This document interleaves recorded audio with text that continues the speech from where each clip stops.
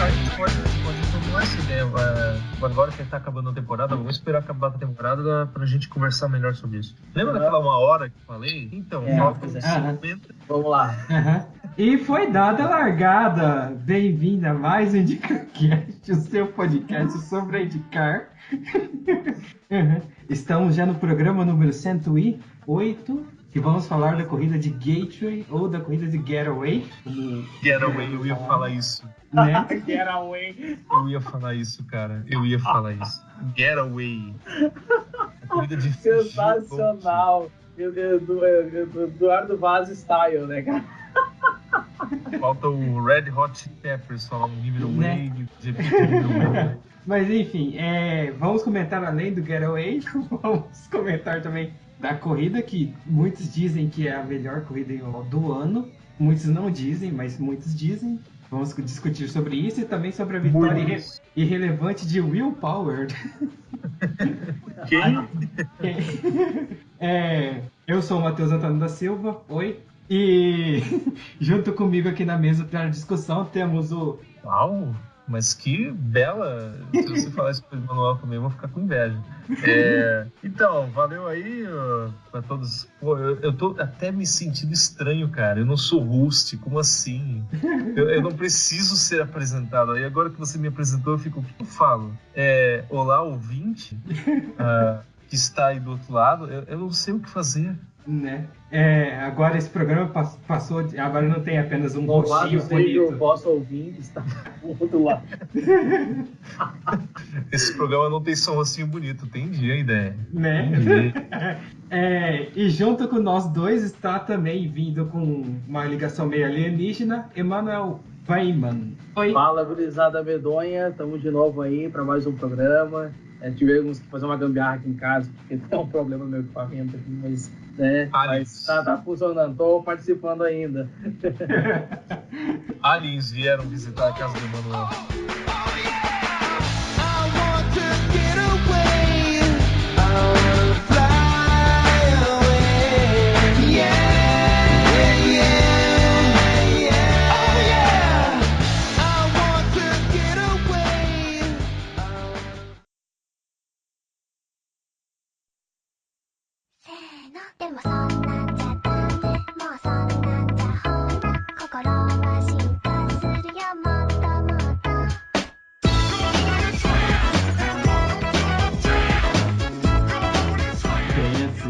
Mas enfim, pulando diretamente para Gateway. Eu adoro essas edições. Deve ser uma transição. Nesse momento você ouviu o BTS com alguma coisa assim, o som no talo, no mínimo. Você não está ouvindo, na verdade. Bem alto. Ai, saudade. Pois entramos em Gateway no último oval do ano já. Último oval do ano. Antepenúltima etapa do campeonato. Já? Pois acabando. Você vê, tá começando o futebol americano, acabando o Indy. Vamos tentar do ano, só te cortando rapidinho aqui. Tem gente que considerou como a única coisa boa em oval esse ano, né? Eu estou incluso, assim, né? Mas o Manuel é fantástico, ele joga ali a opinião dele como, olha, tem certas pessoas que consideram esse oval como o melhor oval, certas pessoas. Né? E não joga nele, na real, não quer dizer que ele acha o único oval. Não é o melhor oval, digamos, a melhor corrida em oval, né? Nesse ano Olha, eu concordo. Dessa vez o pessoal estava bem mais junto do que nas outras provas e tinha ultrapassagem. Daniel, por que você acha que isso aconteceu em Gateway, na coisa mais aleatória do mundo? Cara, assim, eu acredito que Gateway é o oval mais misto que tem dentro da Indy nesse calendário, porque ele tem retas longas e curvas que, tipo, você tem que frear, tipo, diminuir marcha, são curvas fechadas, não parece um oval, tem zebra por dentro das curvas, parece um misto com um muro do lado, enfim, sabe aquele oval de Goiânia? É mais parecido com aquele... Não, mas Gateway, eu nunca gostei muito da pista de Gateway, mas eu estou mudando um pouco o conceito, porque para esse carro a pista é ótima, porque ela tem muita chance de ultrapassagem, não do carro ficar lado a lado, mas aquelas brigas de ultrapassagem, daquelas brigas de tipo, você tem que ver o momento certo para o cara começar a ultrapassar, ver se, opa, agora é a hora, não, vou ter que esperar mais um pouco. O Rossi fez isso ontem contra o Power. Há vários pilotos também pensaram em fazer isso, alguns não conseguiram. O Dixon fechou a porta em várias vezes. Então eu acredito que Gateway foi o oval meio perfeito para isso. Por que não aconteceu a mesma coisa em Phoenix? E Phoenix foi um pouco inferior do que essa de Gateway. Porque Phoenix é um pouco... O formato de Phoenix é um pouco diferente. A Phoenix não tem retas grandes. Uma reta um pouco menor do que Gateway. Só que, tirando isso, é mais ou menos parecido. É meio igual, só tem uma linha. Iowa não daria porque não tem reta, né? Um círculo praticamente, parece o Langhorne, né? Que não tem reta, né? Só um círculo perfeito. Né? E aí você tira totalmente os outros. Talvez um outro oval que daria certo com esse carro nesse momento é Milwaukee, mas esquece, né? Milwaukee tá meio fora agora Ou New Hampshire. Não, mas eu concordo. Esses dois ovais eu acho que poderia melhorar. Não só esses, mas, por exemplo, o pessoal está comentando sobre o retorno de Richmond, né, também. Acho que ia ficar melhor também. Porque eu acho que eles acertaram com pouquíssima pressão dinâmica em oval curto. Eu acho que acaba embolando os carros. Às vezes o cara dá uma rateada e já vem... O cara ganha 2 ultrapassagens de uma vez só, sabe? Eu achei muito legal. É aquelas ultrapassagens bem de misto, assim, que o cara coloca um por dentro, o outro vai espremendo. Que nem aconteceu na abertura do campeonato, né? Lá em São Pittsburgh. É a mesma coisa. E o só pessoal... um detalhe, eu discordo um pouco do Emmanuel, porque Richmond tem o mesmo problema de Phoenix, ele não tem reta, ele só tem tipo um pequeno projeto de reta que é aquela reta oposta. O resto é que nem Iowa, realmente é difícil. Eu acredito assim, Iowa não melhorou poucos ovais que seriam iguais que é bem difícil um oval ser igual ao Gateway. É que Iowa mas que tem não melhorou tanto esse ano Iowa, mas ficou melhor que o ano passado, eu acho. Só que eu não sei se no caso de Iowa, porque ele é uma mini Fontana, tem que ele é bastante empinado e tal, bem redondinha a pista. Eu não sei se aumentar não melhoraria. Aí nesse caso eu não sei se é melhor a expressão dinâmica para tentar forçar um pack. Não sei se faz pack muito lento, a pista é muito curta, né? Ou se é baixar mais ainda a pressão dinâmica, eu já não sei. Mas no caso de Gateway, de Phoenix, eu acho que melhorou bastante. O segredo é colocar a terceira marcha no carro. Quando o povo diminui para a terceira marcha é o que tá bom. E muita gente também argumentou que a corrida foi melhor porque o pessoal não tinha um ajuste direito, porque choveu. É verdade, choveu na sexta-feira, então teve todo um rolo, atrasou tudo. E não teve treino classificatório, por isso Dixon largou na pole e não ganhou ponto por conta disso, né? E o pessoal argumentou muito disso, também argumentou de estar mais frio, mas eu acho que realmente porque Gateway é um misto melhor do que o resto. É um misto melhor do que o resto, é maravilhoso. Mas enfim. Sensacional. Né? Emanuel, então, você achou que a corrida em Gateway teve pack racing ou não? Mas a versão engraçada lá. Mas é que assim, obviamente... 10 minutos de podcast a gente tá falando de pack já. É incrível, obviamente que não teve pack race. Mas assim, os carros eles estavam, principalmente na segunda parte da corrida, mais precisamente a partir da segunda bandeira amarela, que eu não lembro que volta foi, vocês lembram? 173. Então, vamos dar um resumo aqui do que eu estava abrindo ali. Teve vários fatores no começo que estavam deixando os carros mais afastados. Por exemplo, estava mais quente, então o pessoal de dinâmica pega menos downforce. Não estava tão emborrachada a pista. Então, conforme foi escurecendo, foi esfriando a pista, foi emborrachando, foi ficando melhor a pista para correr, assim, sabe? Foi aumentando, a aderência foi aumentando. Só que os carros aí, quando teve a bandeira amarela, todo mundo no momento que a pista estava em melhor estado, com mais downforce, porque, digamos assim, ficou muito pouco downforce antes e depois ficou um certo tipo de downforce, na minha opinião. Isso fez com que os carros na segunda parte da corrida, ou mais pro final, estivessem bem próximos dos outros. Carros bem próximos gera mais ultrapassagens. Então pega um pouquinho de vácuo, ou o cara escorrega ali, dificuldade do carro de guiar, né? Aí vem para 2, 3, passa o cara, ou de repente tu tá ali atrás de 2, 3 e consegue ultrapassar 2, 3 numa tacada só. Isso que eu achei que ficou espetacular assim na corrida. E eu até queria perguntar para vocês, aproveitando o embalo, o que vocês acham que foi certo? Eu achei que tinha pouco downforce no começo da corrida, né? E eu acho que se tivesse a corrida já começasse à noite, já tivesse mais emborrachada, por exemplo, e eles usassem a última aba da asa traseira e a última aba da asa dianteira que eles removeram, né? e acho que ia dar um pouquinho mais de downforce. Será que não vai ser essa corrida desse jeito, embolado do começo ao fim? O que vocês acham? Eu acho que muito provavelmente sim, porque daria ainda mais pressão aerodinâmica e o pessoal conseguiria andar um pouquinho mais lado a lado, assim. Mas, e também evitaria também de desgastar os pneus. Os pneus ficariam bem menos desgastados, porque o pessoal fritaria menos os pneus, na hora de virar na curva desgastaria menos. Então, porque eu acho que esse que foi o segredo da prova, tanto logo depois da bandeira amarela até o fim da prova, o pessoal estava muito... Voltas, né?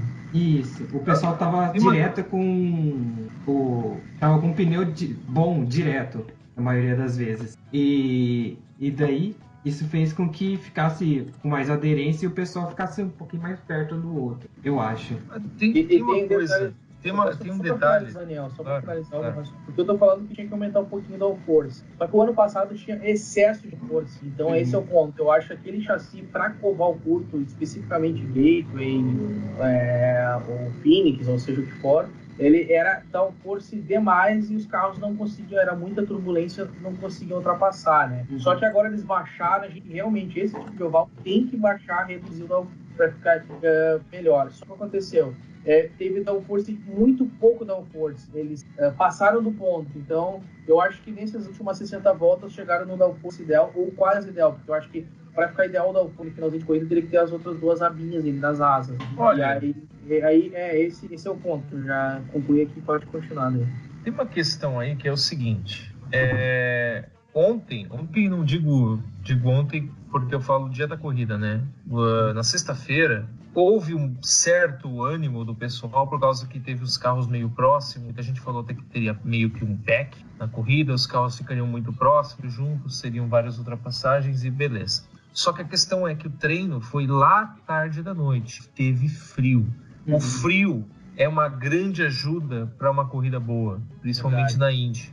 Todas as coisas que a gente teve um certo tipo de frio, ou que o pessoal pensou que ia ser o calor, botaram mais, aí foi frio na hora, foram espetaculares. Eu cito o exemplo de Fontana 2015, que eles pensaram que seria um calor danado na hora, não foi aquilo tudo, e aí criou-se um pack monstruoso naquela prova, porque estava frio e eles estavam achando que ia calor, então botaram mais pressão. Acho que foi o melhor. O que aconteceu? Aquela corrida foi a melhor da corrida da história. E pack com ultrapassagem. Tem galera que fica dizendo que pack não tem ultrapassagem, pelo amor de Deus.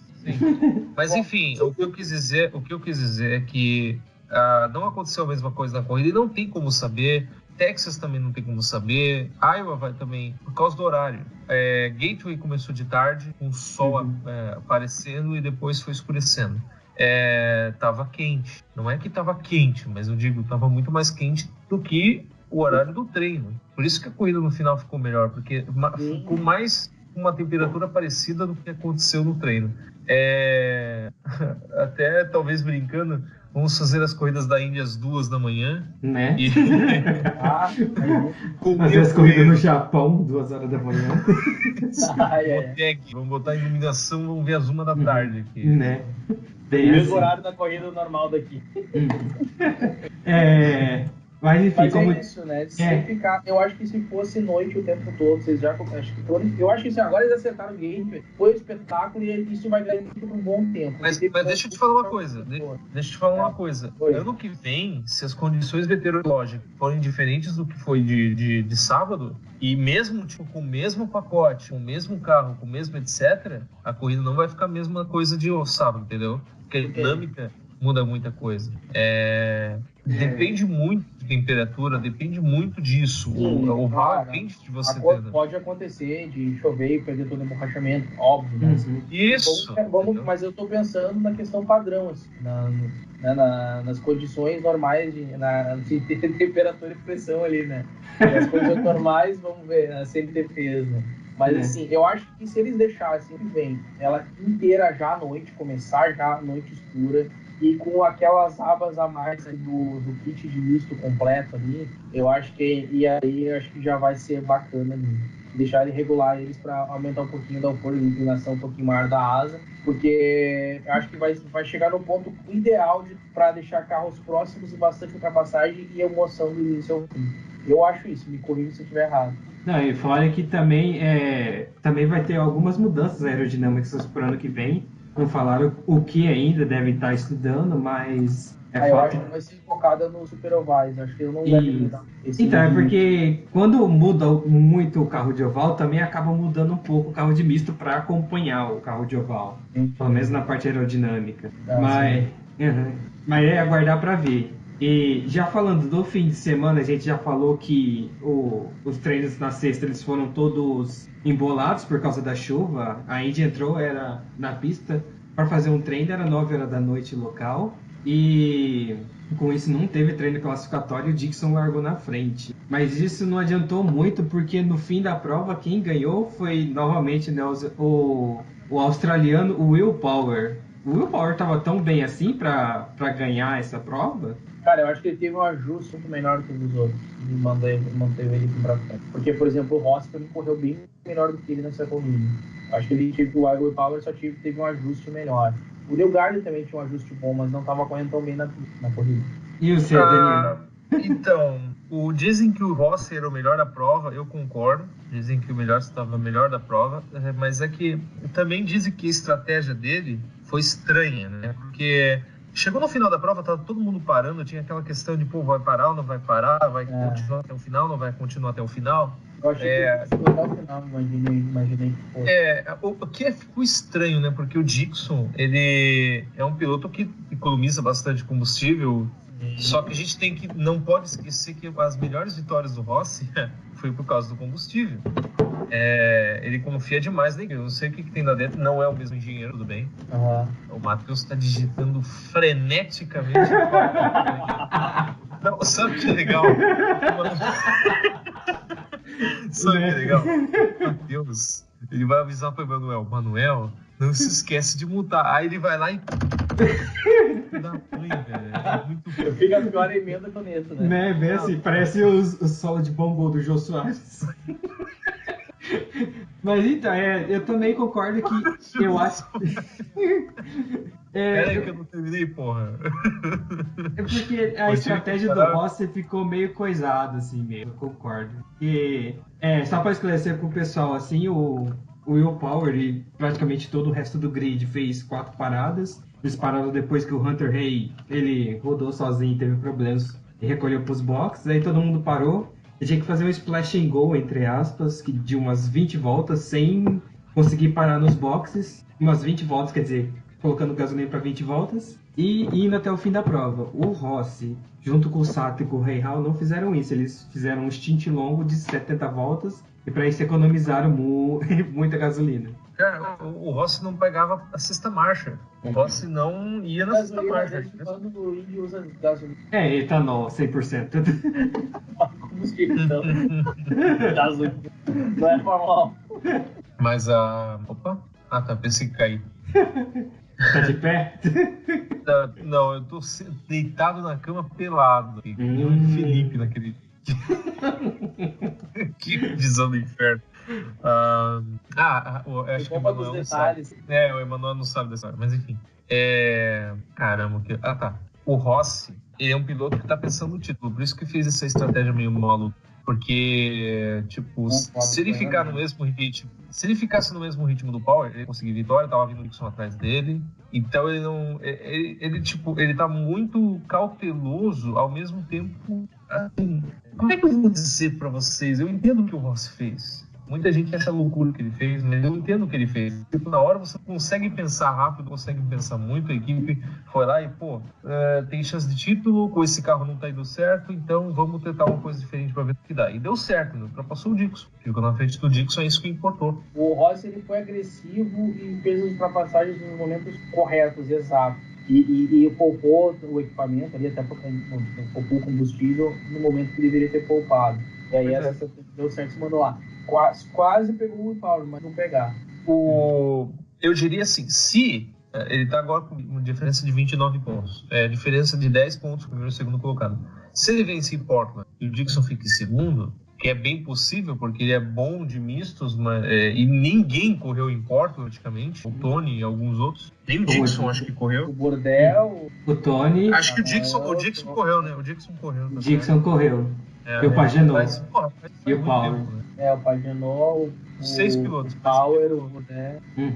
Mas eles estão, tipo, meio novos. Né? Não tem, tipo, vocês... Bem plausível o Rossi vencer, o Dixon ficar em segundo, aí a diferença diminui para 19. E é ponto dobrado. É praticamente igual. O Rossi, ele tem... Mas eu acho que não vai ser fácil no Rossi. Eu acho que o Dixon vai meter tudo, cara. Titular do Dixon, né? E a gente pode até comentar rapidinho sobre a notícia que está surgindo aí do Felix Rosenqvist, que vai entrar no lugar da Jones. E rapidinho, que rapidinho eu acho meio injusto do Ed Jones, porque a Ganassi fica focando no Dixon. O Dixon, ele é um ótimo piloto.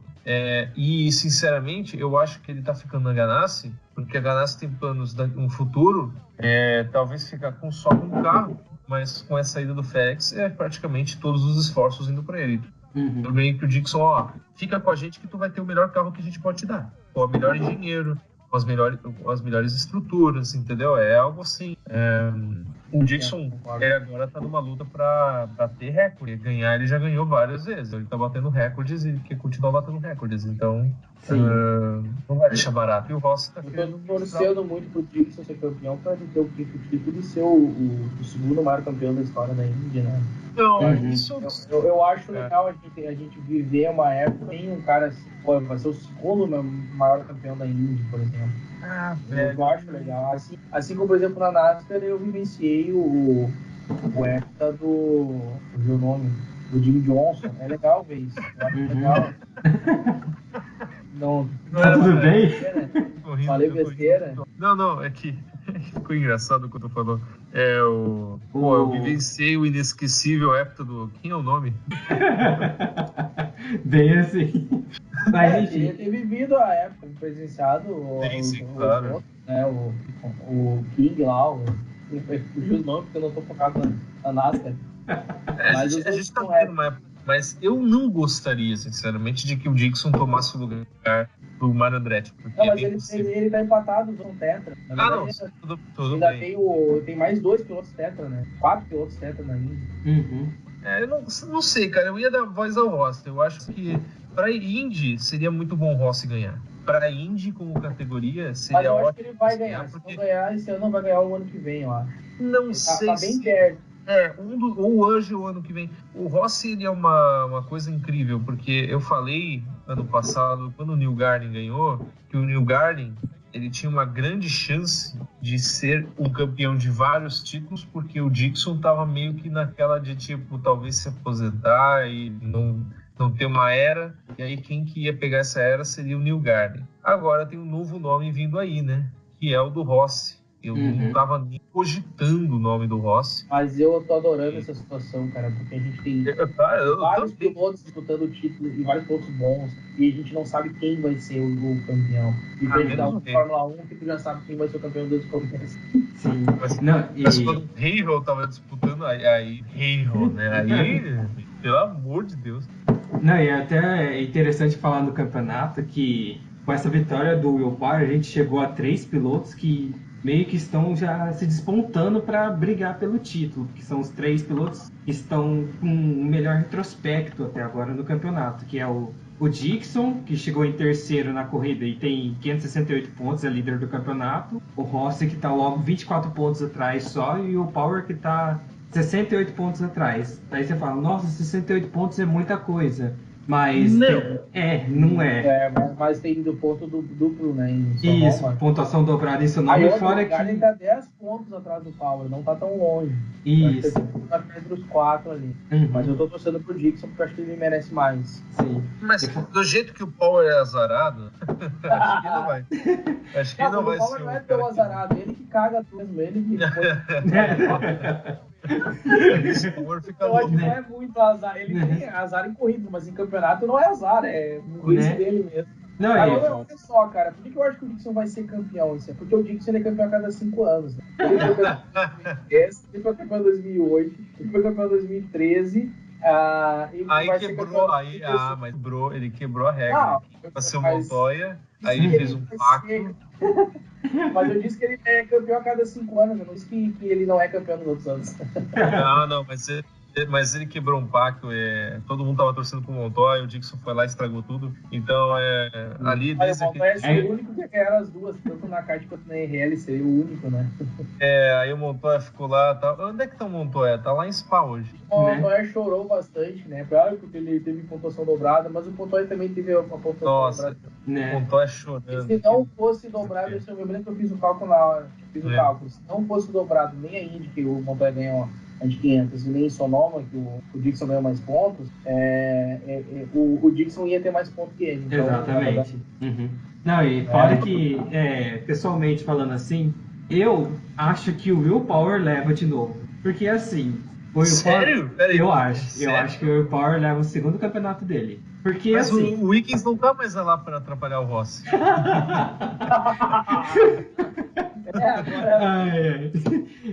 Esse humor negro tá bom, hein? Se o cara volta a correr ainda, né? Silêncio da sala agora. O que aconteceu aqui? Eu falo porque o Will Power ele é muito de altos e baixos, assim. Que nem no começo do campeonato, nas primeiras 5 provas, ele abandonou 2 vezes. Aí depois ganhou 2 seguidas, incluindo de 500. Aí depois abandonou 2 vezes, quase não chegava no top 10. Aí agora tem 3 pódios seguidos. Eu acho que ele consegue manter essa maré dele e ele consegue chegar no campeonato, porque quando o Will Power tá nos altos dele, praticamente ninguém consegue competir com ele. Como eu acho que o Power tá nessa onda de alta, eu acho que ele consegue descontar esses 68 pontos e ser campeão sim. Cara, tem essa possibilidade, mas é muito difícil, cara. Eu não creio que o Power consiga fazer isso. Eu acho muito melhor o Rossi. Cara, sinceramente, coração de torcedor, tô torcendo demais pro Rossi, mas eu acho que eu vou concordar com o Emanuel. O Dixon leva, porque ele tem muita frieza nessas horas. Mas olha a constância dele, cara.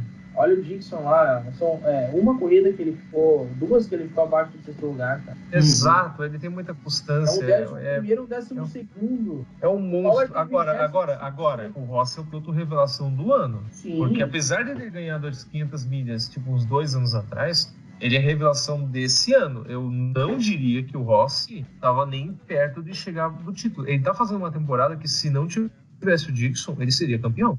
Provavelmente. Eu também creio, mas eu não creio muito não.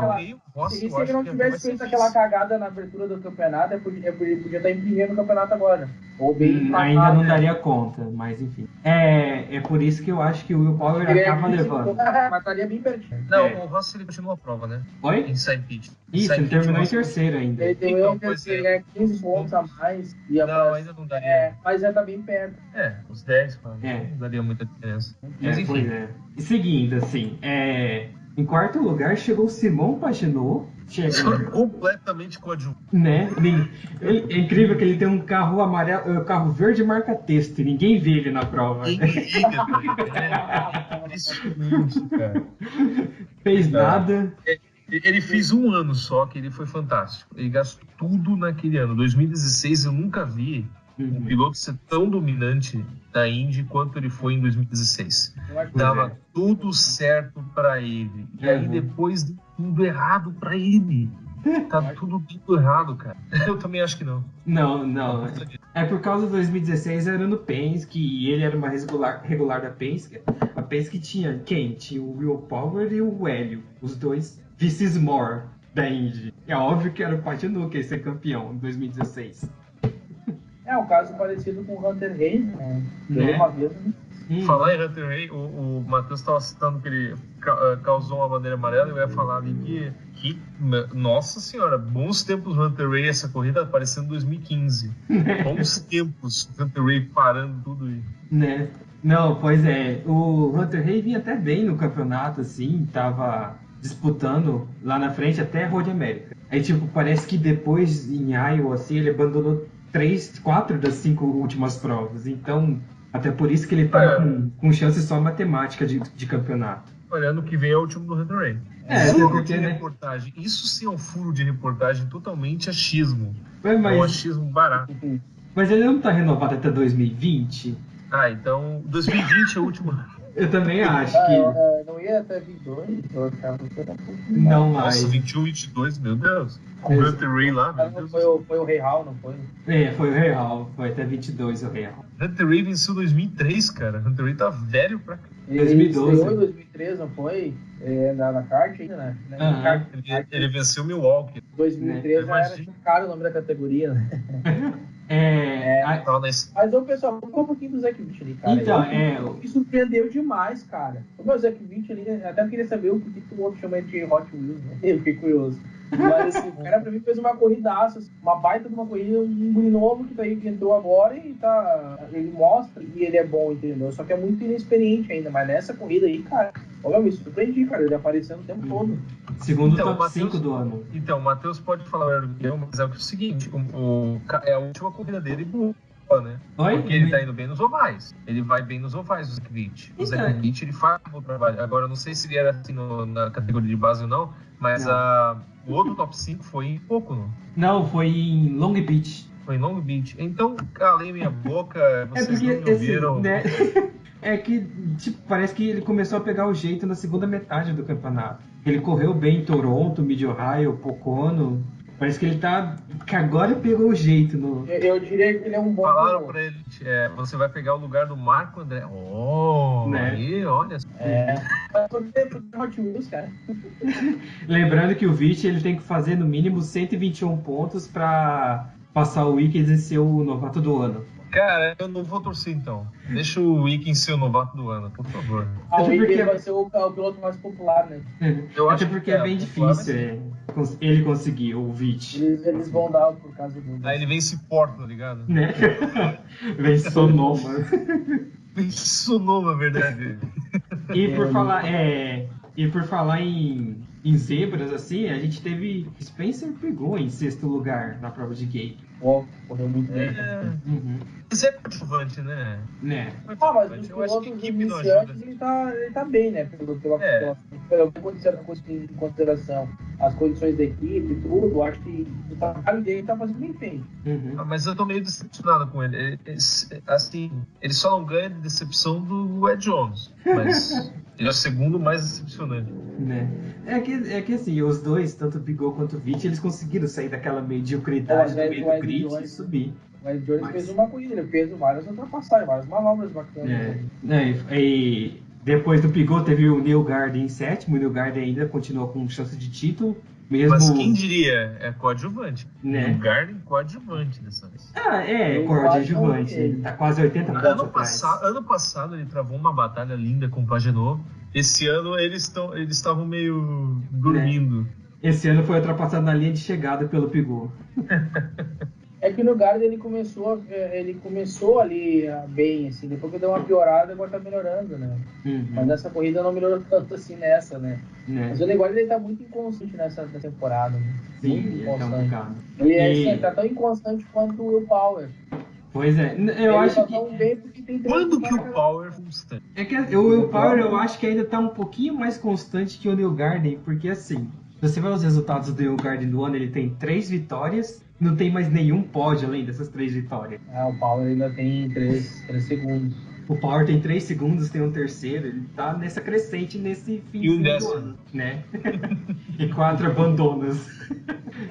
Mas né? Enfim, seguindo... Né? Mas o Will Power, ele foi bem constante ali em 2014 quando foi campeão.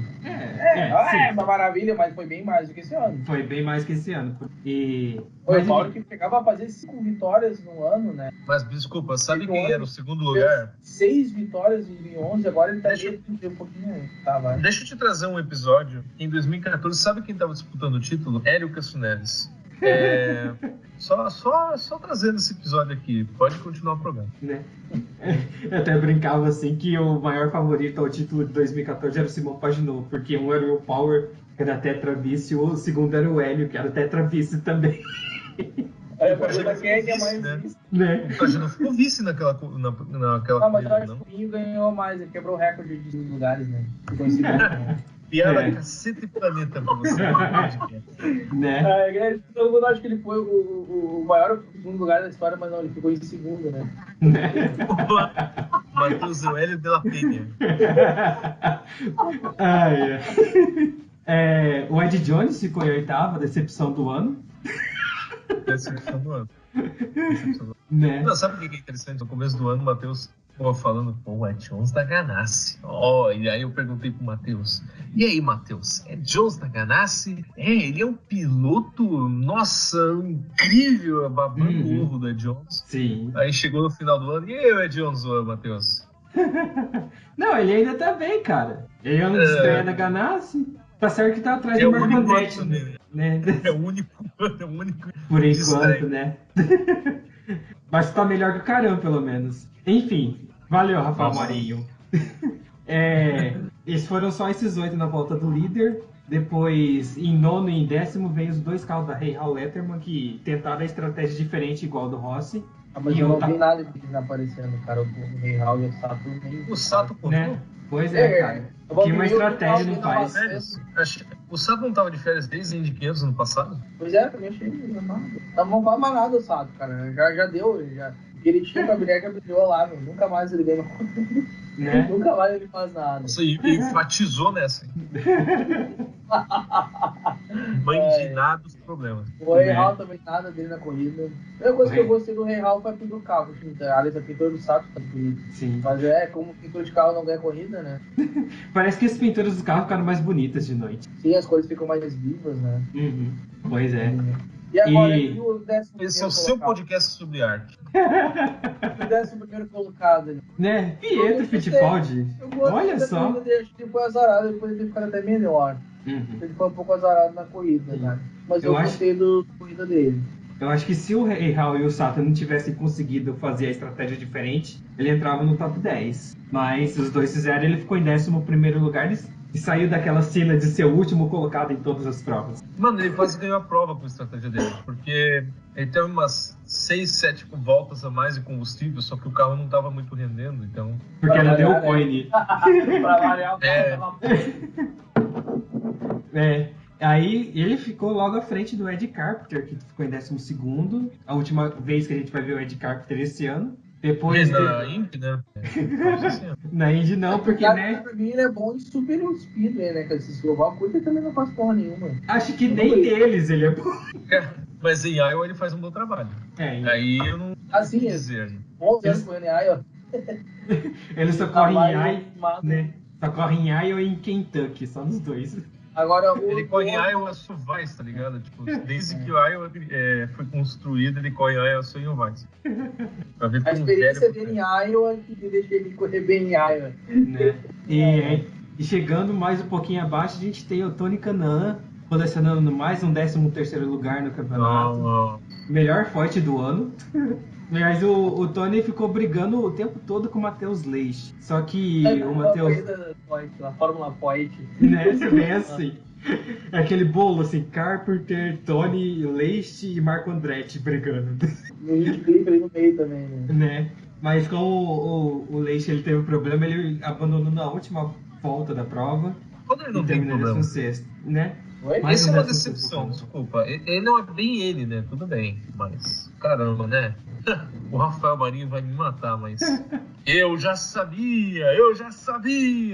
Cara, a Forte, ela tá complicada ainda. Todo mundo fala em reestruturação, mas... Ainda? Pelo amor de Deus! Né? Tá cada ano pior. Né? Tá cada ano a mesma coisa, assim.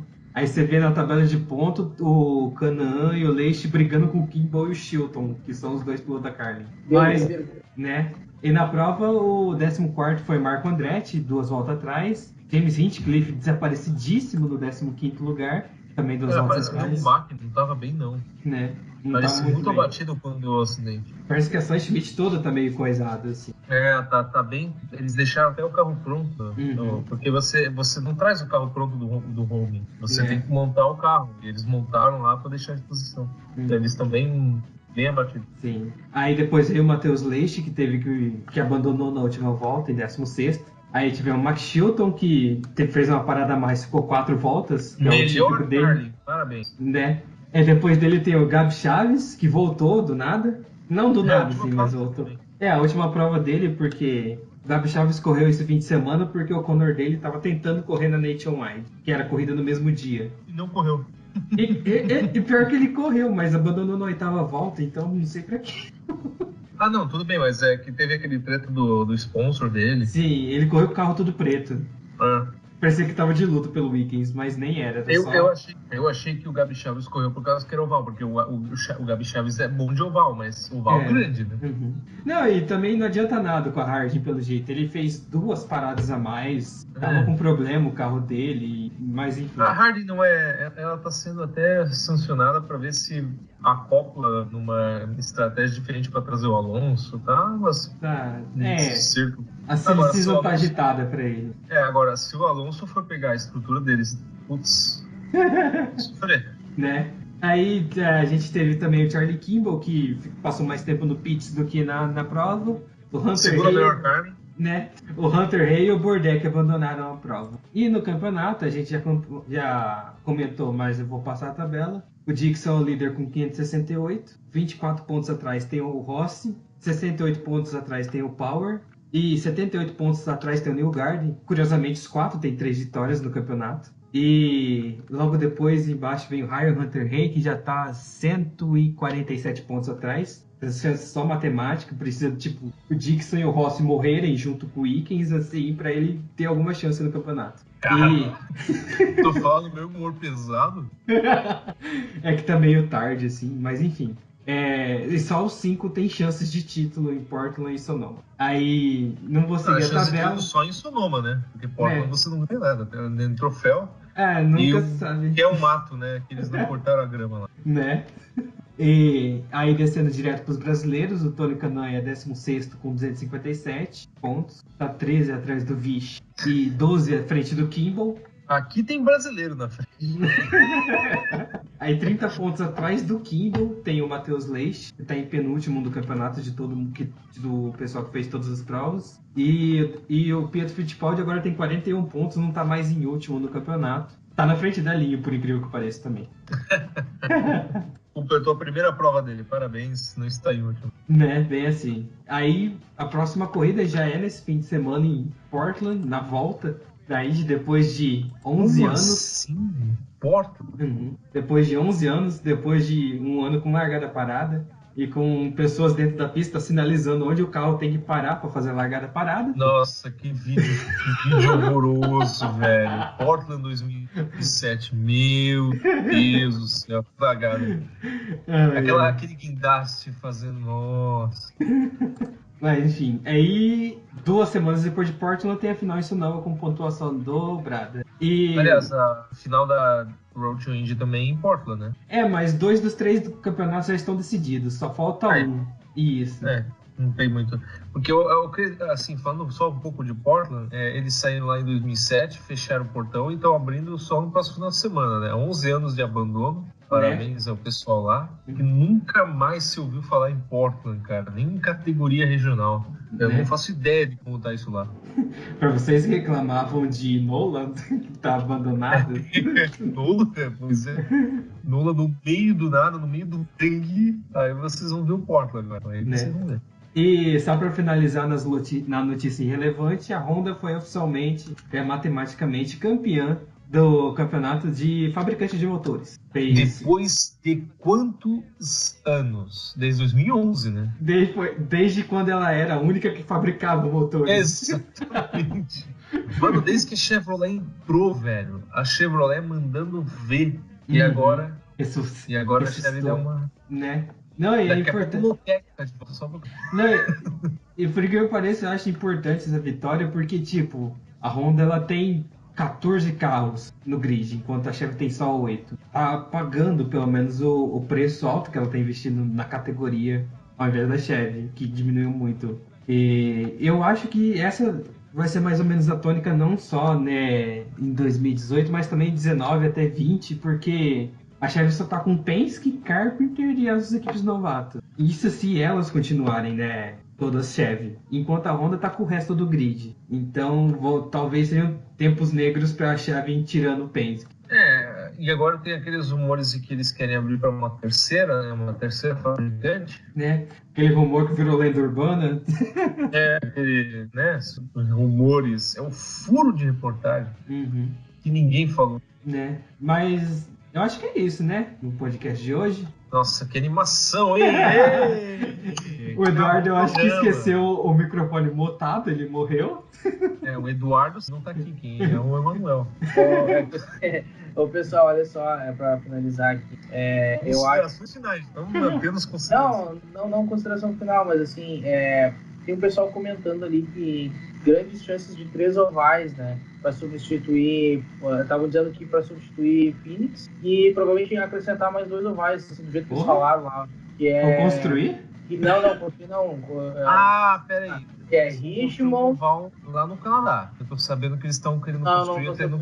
Mas eu não sei, acho mas que é não tem nada a pra ver com isso. Não. Tá, mas ó, vai que a Indy, vai que. O pessoal tá comentando grandes chances de que vai substituir Phoenix. E além de substituir, ainda vai acrescentar mais 1 ou 2 ovais. Então dá os 3 certinho. Richmond, Homestead e Chicagoland. Então um vai subir Phoenix e provavelmente os outros 2 também vão entrar. O pessoal tava comentando isso. É verdade, não é? Ano que vem. Não ano que vem. Ano que vem, não os 3. Os 3 no ano que vem. Só talvez um deles, mas também acho difícil. Então pelo menos um é provável que entre pro ano que vem. Pelo menos não. A chance de um entrar é grande, mas eu não digo com certeza. Mas desses 3, assim, exatamente desses 3... Um desses 3, eu creio que... Eu acho que se for entrar algum oval na Índia, os próximos ovais que devem entrar são esses 3 ou Kentucky. Não consegue girar muito fora desses 4. Ou Kansas também. Kentucky eu acho a melhor opção, sinceramente, porque é um oval, ele tem um mercado meio fora dos outros, bem longe de tudo. Eu digo dos mercados que a Indy participa, né? E é um oval que não tem tanta inclinação, não é tão perigoso quanto o Texas, e é rápido, você precisa usar o kit. Ele é rápido, ele é bem largo, então deixa assim. Eu acho muito boa opção, porque com esse carro aí, é um oval menos inclinado, então pode ser que a corrida fique melhor do que do Texas, por exemplo. Chicagoland não é bem largo também, eu gosto. Não, o Chicagoland é estreitíssimo. Não, o Chicagoland, ele é um pouquinho, ele é largo, mas ele é muito redondo também. Ele não chega a ser um oval inteiro, mas eu acho que um oval bom para esse carro aqui talvez fosse o do Kansas. O Kansas também é bom. Mas também é estreito. Ele é estreito, mas a reta dele é mais longa, assim. Eu gosto dele. Então, eu acho que deve girar entre 5, mas tem que negociar com a ISC, né? E todos esses ovais citados são da ISC. Tem que falar com ela, né? Mas, cara, olha só, eles estão falando que não tem data. Porra, são 52 finais de semana no ano e não tem uma data disponível. É tudo lotado, eu não consigo entender. Ai, cara, o calendário é tristeza. Calendário essa matemática calendária só deixa o pessoal de cabelo em pé.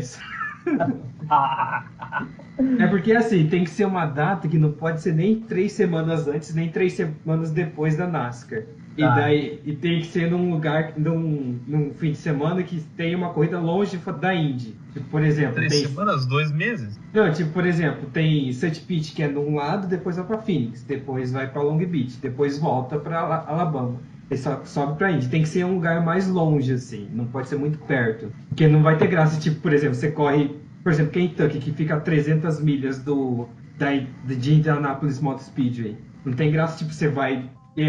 corre de 500 e depois na semana seguinte vai pra Kentucky, que tá do lado. Não, Kentucky não é tão perto assim, meu amigo. Ele é bem perto de Tennessee. Mas eu entendi. Teria que ser, por exemplo, Kentucky mais pro fim do ano, por exemplo. Ou bem no comecinho do ano.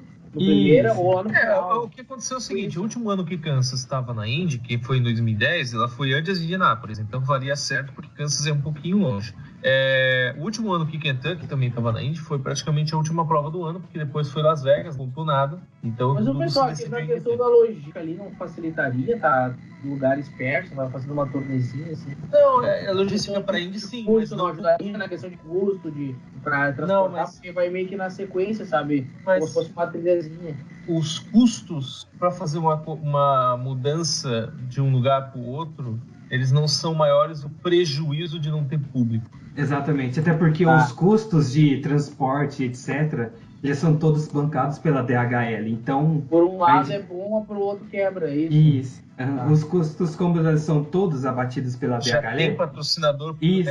Já tem... O patrocínio a DHL paga seu patrocínio em transporte, ela carrega quase todo de graça da Indy. Então, tanto faz, tipo, ter que ir de Long Beach para St. Pete, não tem muita diferença. E realmente, o circuito do Kentucky para Indianápolis é 150 km de distância. Caramba, tão perto assim. E voltando em Michigan, não tem chance de voltar, cara? Que saudade dos ovais, cara. É bem cara de Indy ver esses dois. Fontana já tem 2 corridas na Califórnia, né? Então já a terceira corrida já é sempre um desastre. Fontana nunca teve bom público. Michigan é um caso muito NASCAR. Eles estão praticamente mudando o oval para NASCAR. Eles repavearam a pista, recapearam, né? Sempre fala repavear. E fora que Michigan ele ficava muito na Indy pela vontade do Penske. Agora, como o Penske adotou Detroit como queridinha, então não sei como vira Michigan. Porque Michigan lá pela 12ª etapa acho que fica legal, né? Também. Pra mim, Fontana tinha que ser a finaleira lá na última, aí de noite ainda. Michigan é um oval bom pra esse carro, sinceramente, mas não vai entrar. Mas não vai ficar que nem tipo Fontana 2015, né? Não vai. Eu quero ver a não ser que botasse o kit de misto lá, porque eu quero saudade. Cara, esse oval tem que ter o pé. Tem que passar. Né? Os caras ficaram uma semana atrás do outro, volta a PEC o Cono, 3, 4 lá do lado, 7 lá do lado. Porque vai ter gente falando, você quer PEC? Vai no YouTube, tem bastante. A gente não fala assim para as viúvas, elas descontam na gente falando isso.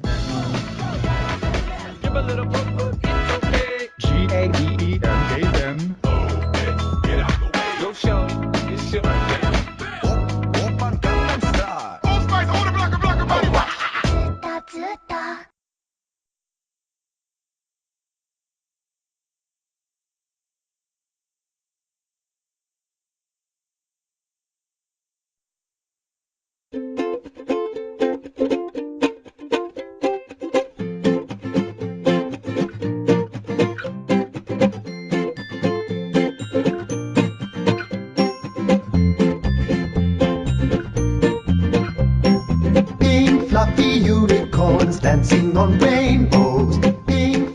Mas enfim, considerações finais, Daniel Schneider. É o nome composto, né? Tipo Hélio Castro Neves. Você bota um hífen no... Bom, considero todos vocês... Nossa, que velha. Roubou minha fala. Velha. O que eu vou falar agora? Agora você vai ter que se virar. Não. Gostei de fazer essa experiência aqui no IndyCarCast. Tomara que eu chegue a ser host um dia desses. E... o meu sonho é ser host. Não, mas valeu, eu gostei de Gateway.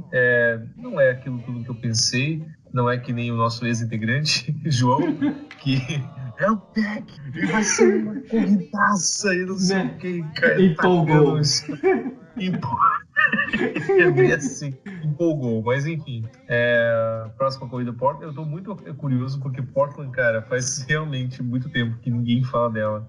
Pode ser um desastre, mas tomara que não seja. A penúltima etapa tá todo mundo querendo ver, então boa sorte aí pra eles e cuide-se bem. E agora suas considerações finais, Matheus Antônio da Silva. Minhas considerações finais. Olha, o Emanuel até ligou o microfone. O Emanuel até ligou o microfone pra falar.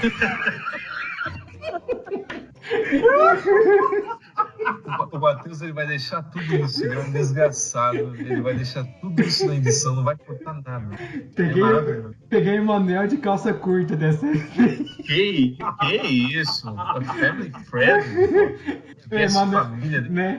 Emanuel, agora que você ligou o microfone, pode fazer essas considerações finais. Agora também não quer. O ano passado eu achei uma coisa chata pra caramba. Sim. Tinha excesso de downforce e os carros não conseguiam se ultrapassar, né? Enfim, não deu nada de emoção lá. Mas esse ano, cara, esse ano o carro te deu certo, ficou legal. Acho que pro ano que vem é só acrescentar 2 asinhas ali, uma aba traseira, a última aba e a última aba da asa dianteira e botar a corrida de noite. Eu acho que aí vai ficar top, vai ficar perfeita. Eu já imaginava que o Gate ia ficar muito bom, assim como eu também achei muito boa a corrida de Phoenix, né? Pra mim, Gate é o melhor oval do ano. No lugar eu boto o Phoenix, em terceiro, nem sei, tudo empatado lá, vamos porcaria. Nota 0. Virou virou corrida de misto, né? De Fórmula 1 ainda por cima, né? 200 metros de distância cada carro e ninguém ultrapassa ninguém. Precisa de um DRS no carro de Super Speed. Acho que nem DRS tá, né? Nem DRS. Botar um DRS, como é que é? O push to pass e um power to pass junto, e bota tudo junto, um turbo ali, bota um lança-míssil, acho que não ia pegar. Mas bom, vamos lá. E também para falar assim de próxima corrida, né, que é Portland, é uma corrida bem clássica. Eu não sou muito fã de Portland, mas como é uma corrida bem clássica, assim, um circuito clássico, que tem muita história na Indy, então eu tô gostando desse retorno. Então, assim, é um circuito meio estranho, tinha que dar, tem uma freada ali no final da reta, podia dar uma ajeitadinha em algumas partes para dar uma freada mais brusca. Cara, ali você não pode mexer, mas nem ferrando. Eu te proíbo que você mexa naquela parte, porque é a melhor parte. Não tô falando. O charme. Eu não tô falando do final da reta. Lá na outra parte da pista, até pro final da pista, acho que dava pra deixar. Na reta oposta. No final da reta oposta, minhas antes de entrar na. Ali, então, justamente ali que eu tô falando. Mas cara, é só deixar mais. Só transformar uma curva redonda no cotovelo, é só isso. Não precisa mudar o desenho da pista. Né? O Emanuel invocou, rapaz, o negócio. Não, mas eu acho Cadê o Tilk quando a gente precisa? Invocou o Tilk nele agora, que deu até medo. Mas cara, assim, tu tendo um ponto de freada, tu tem mais chance de ultrapassagem. Não, claro. Mas mas assim, tu entende? Seria o mesmo absurdo que falar que a Road America tem que ter mexido ali, tem que estar ali, não sei o quê. A Road America não é uma questão de mudar o desenho, é só, em vez de pegar uma curva que é muito arredondada, deixar mais cotovelo, só isso. Não precisa mexer demais. É que os puristas vão falar assim. Não, é porque aquelas curvas são as que exigem mais habilidade do piloto, né? Não tem ultrapassagem nenhuma, né? Exatamente. Né? Eu quero ver ultrapassagem, eu quero ver emoção da pista, eu não quero ver o piloto se desafiando para fazer uma curva lá. Não adianta, eu quero ver uma disputa, eu não quero ver o piloto sozinho correndo. A Fórmula 1 até câncer agora, até fazendo quimioterapia depois desse comentário, mas tudo bem. Né? Mas, eu quero ver a habilidade. Eu gostaria de ver, assim, já que voltou Porta, no que vem tá voltando aí a Laguna Seca, que eu acho que não é uma boa troca com o Sonoma, eu prefiro o Sonoma, mas né, é um outro tem história lá em Monterrey, lá, Laguna Seca tem história, então eu acho que nesse sentido é legal. Agora, um que eu tenho muita saudade, mais de qualquer um desses outros aí, é o circuito de Cleveland. Que saudade. Mas eu sabia. É bem bom esse. Cara, eu gostava muito, porque dentro do aeroporto, cara, é uma coisa diferente. Ou então a volta lá do outro aqui do aeroporto também, que era lá no Edmonton. O Edmonton, eles vão lá correndo dentro do corredor do shopping lá também. Não sei, eles fizeram um shopping. Mas Edmonton é um aeroporto bem grande mesmo. Então assim, eles mudaram o traçado porque utilizaram para fazer um shopping, mas sobrou boa parte ainda, cara. O traçado o último traçado ainda existe lá, pra você ter uma ideia. Isso, e com um circuito sério? Então tem hairpin, tem tudo, cara. Ele ainda existe. Eu sou muito fã daquela pista de Edmonton, o último traçado. Ela é tão bonitinha, é melhor do que a outra. Mas a última curva de cotovelo, porra, que sensacional, cara. Né? Pois viu como tu gosta de cotovelo? Ali deu certo, viu? Tá bom. Né? E aí, mas eu gostaria, não tem chance de voltar a Cleveland, não há chance. O que teria que ter pra voltar a Cleveland? Tem que tirar as fendas que estão nascendo árvores lá no meio né? Bem assim. Não, mas em questão, a questão da corrida do evento. Alguém se interessar, basicamente. Que nem a gente viu Laguna Seca. A WeatherTech se entusiasmou em levar pra Indy e conseguiu até tirar Sonoma. Precisa muito mais de alguém se interessar em levar. Com dinheiro. Com dinheiro. Cleveland pagar o próximo. Isso. Mas, Cleveland eu queria que voltasse a ser a pista de 2013 em Cleveland, né, cara? Que teve de noite, escurecendo. Que coisa linda aquela corrida, cara. Não que a corrida tenha sido um espetáculo, mas assim, o cenário ficou legal sendo. É ótimo de cara. Porque tinha um lago no fundo, e passava aquela câmera, eu vi o carro e tinha o pôr do sol, assim. Cara, que coisa mais legal. Aqueles refletores de estádio de várzea de futebol, que delícia. Delícia. Mas o entardecer ficou coisa mais linda, né? Aquele sol se pondo, cara, ficou muito triste. E nunca mais fizeram aqui, né? Nem em 2004, que eu acho que devia ter feito, não fizeram. Mas, enfim, minhas considerações finais é que eu tô muito animado para ver Portland, porque a gente vai ver um trio de ouro que tá surgindo na Indy, que é Alfonso Celli Jr., Jack Harvey e Santino Ferrucci correndo lado a lado. Você queria falar de milionário e José Rico. Né? Pena que não tem René Binder ainda correndo. Mas aí, pô. Né? Aí também tá. Agora faltam 2 corridas pro fim, e agora que o Will Power Dispare vai ser campeão. Mas enfim, esse foi o IndyCarCast número 108. Esse IndyCarCast você provavelmente está ouvindo ou no YouTube, na nossa página no YouTube, ou também nos vários aplicativos que a gente entra, que são distribuidoras de podcast, e eu não lembro o nome de todos. Não lembro o nome de um sequer. São muitas. São muitos. E provavelmente você viu essa postagem no Facebook, no IndyCarCast, facebook.com/IndyCarCast, ou também esse podcast ele também está no site do Indy Center Brasil, o maior site exclusivo de Indy. A gente não recebe nada para fazer essa propaganda. E que está no indycenterbrasil.com.br ou na página do Facebook Fórmula Indy Notícias. A gente é tão famoso que tem que esconder o nosso nome. Onde a gente está sendo alvo de ataque. Exatamente, né? E também a gente tem uma parceria, de vez em quando aparece o pessoal do IndyCar da Depressão aqui. E nessa ocasião, a pessoa do IndyCar da Depressão sou eu também.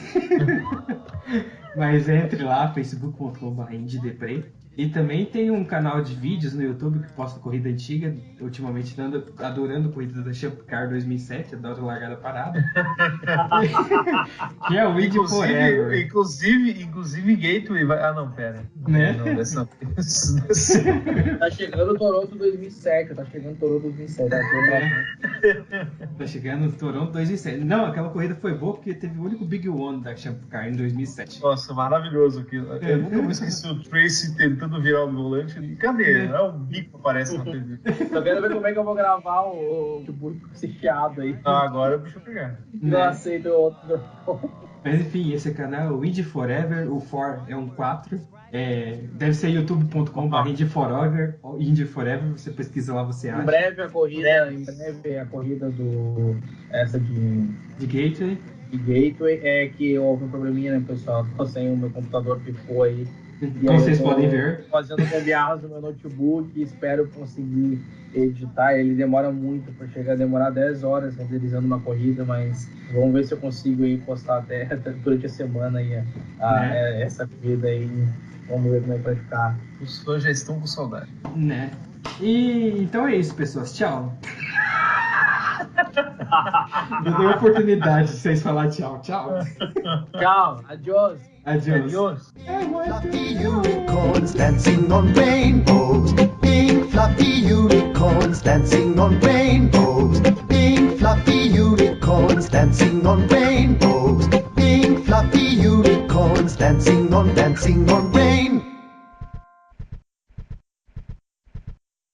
Could you make me some breakfast?